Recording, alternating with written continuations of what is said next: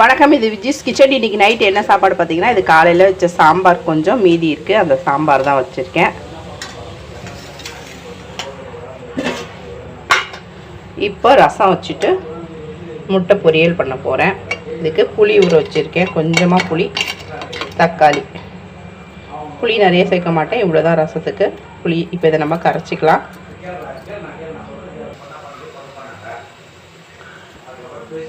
இப்போ ரசத்துக்கு கரைச்சாது அதில் ரசப்பொடியை சேர்த்துக்கிறேன்.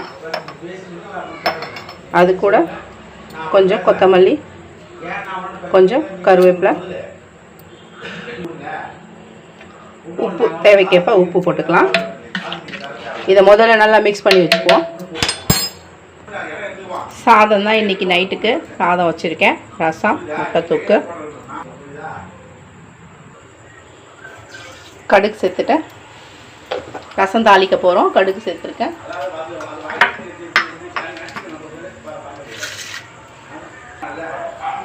பூண்டு சேர்த்துக்கலாம்.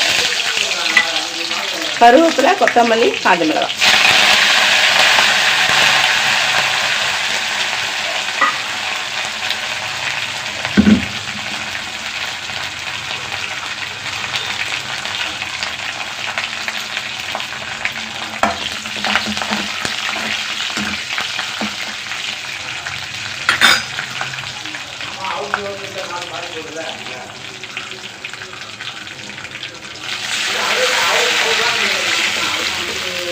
கரைச்சி வச்சுட்டு சேர்த்து தேவையான அளவு தண்ணி சேர்த்துக்கலாம்.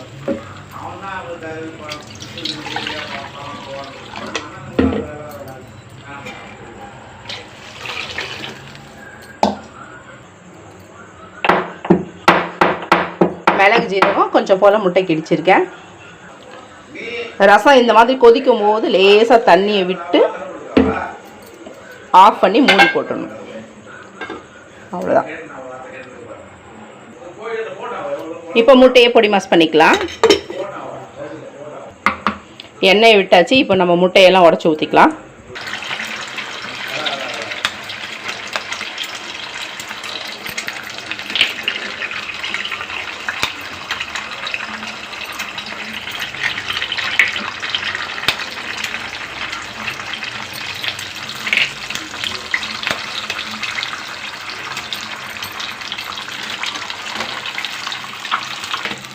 உப்பு தேவையான அளவு, நுணுக்கி வச்சிருக்கேன் மிளகு ஜீரகம்,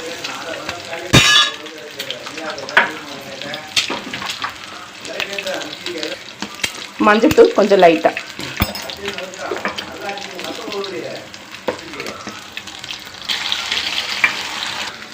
பொடி மாஸ் ரெடி ஆயிடுச்சு.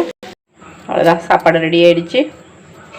சாம்பார் கொஞ்சம் இருக்கு, முட்டை தொக்கும் ரெடி, ரசமும் ரெடி. நாங்க சாப்பிடலாம். வீடியோ பிடிச்சிருந்தா லைக் பண்ணி, ஷேர் பண்ணி, கமெண்ட் பண்ணுங்கள். மறக்காமல் நம்ம சேனலை சப்ஸ்கிரைப் பண்ணுங்கள். வணக்கம்.